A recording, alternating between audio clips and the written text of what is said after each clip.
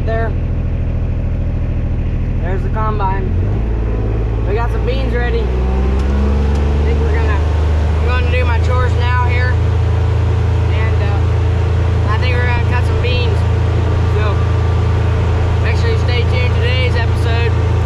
Alright, we got all the windows closed. The wind's kind of out of the north-ish, the dust is blowing to the south. So we shouldn't get any dust, but just to close the windows just in case. But I'm going to run a sample into the elevator.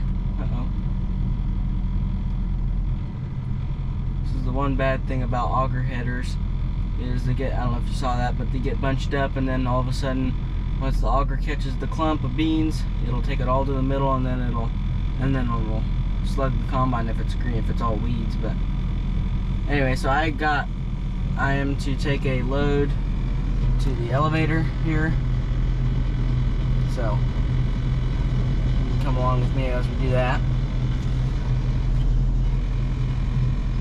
Yeah, like I'll finish what I was saying about the auger headers. If it's not a consistent crop flow, like if it's not very thick, then the auger head doesn't feed it very evenly, whereas a draper head will feed it evenly, whether you have real short stuff or real tall stuff. But yeah, if it's a real thick crop, then it'll do just fine. So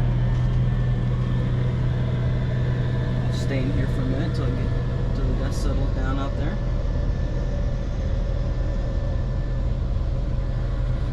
Well, I just got out of the office there, right there. Tested, took this bucket of grain there, or this bucket of beans there down to town here, and they tested 14.5, 14.5 on my first test, and then I did another one just because I could, and it said 14.2. So I heard that a couple people were bringing in like around 15 earlier today, so we're not too far off. I'll stay on the road here. Alrighty, well, hopefully this means we can go cut some.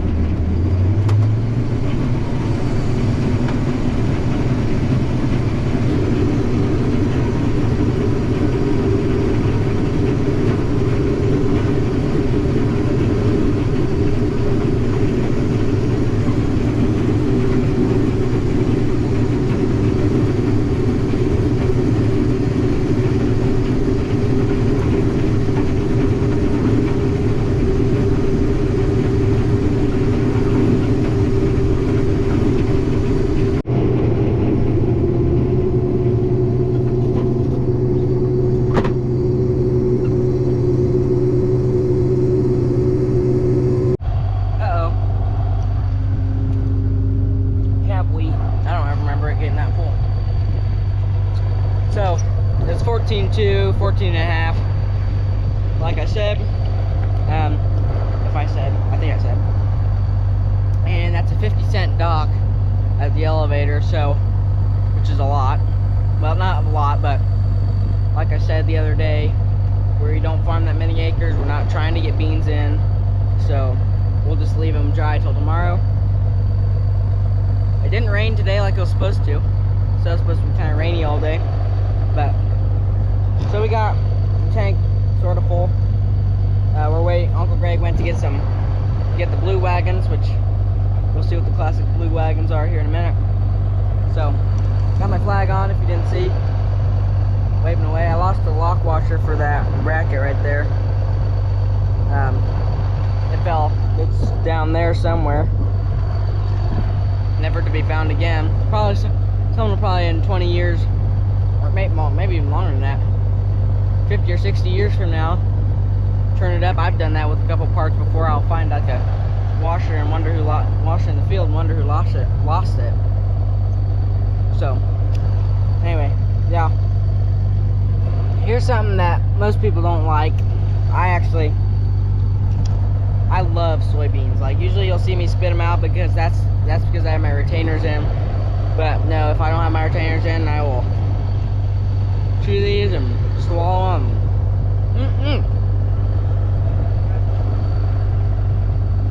I love this taste. I love how it tastes. And then I'll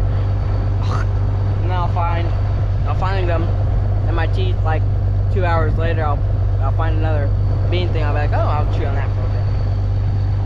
Anyway, yeah. That's another thing that's unusual about me. I like eating beans.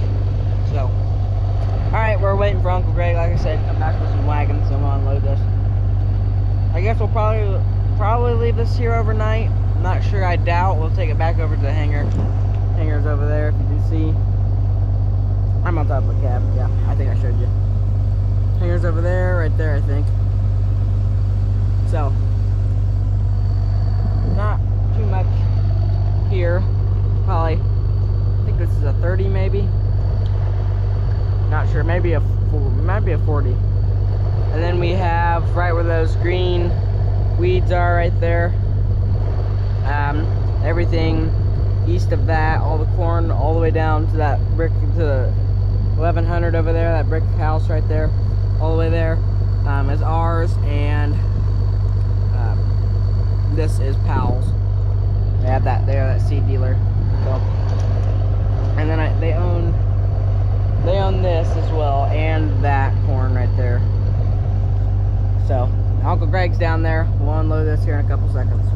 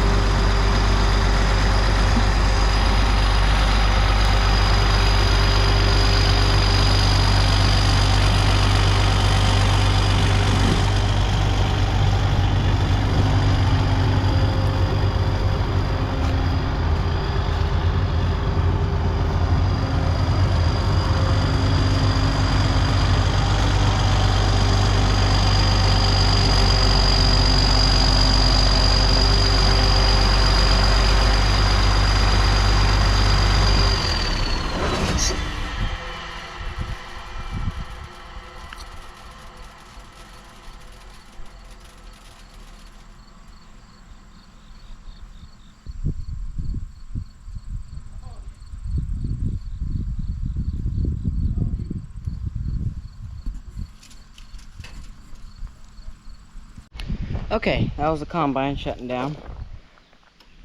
We got done. We're done for the evening. As you saw,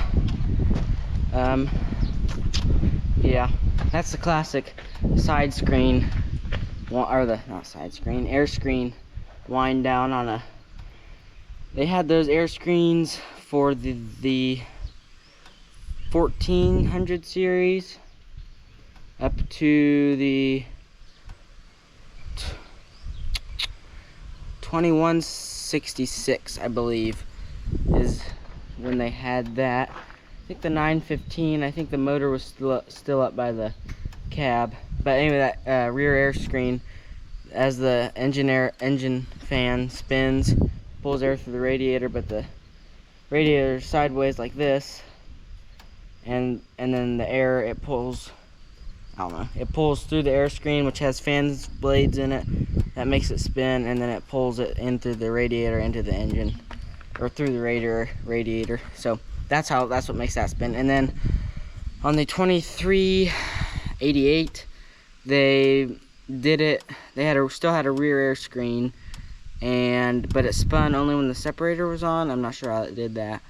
And then eventually, I think on the later 2388s, and then 2588s, I think maybe all except for maybe a couple of the 2500 series,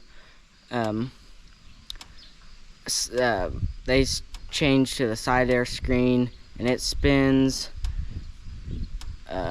and brushes the chaff off the screen there. And then eventually they got to the 8200 series, Case IH, I think, or it meant somewhere in there, and they did the side air screen, but they made it a little bit smaller and it still spun. And then now they have the 9000 series combine, they have it, and in the 88 series combine, they have it. It's like a sweeper. It's literally a sweeper that spins on the there's a pre-clean and then the radiator on the outside of the motor, on the side, and it spins and sucks all the chaff off the air cleaner. So that's the evolution of the air screen on Case IH combines, whether you wanted to hear it or not. So all right, that's it for today, I think. I'm sure if we have something else today, I'll let you know and you'll see it. But I don't know if it's supposed to rain tomorrow. I don't think it is. I don't think it was supposed to. So, but it wasn't supposed to rain today, so it might rain tomorrow. I don't know. So, yeah, with that, we will see you either tomorrow or Friday or Saturday or Monday, some other time during harvest. See ya.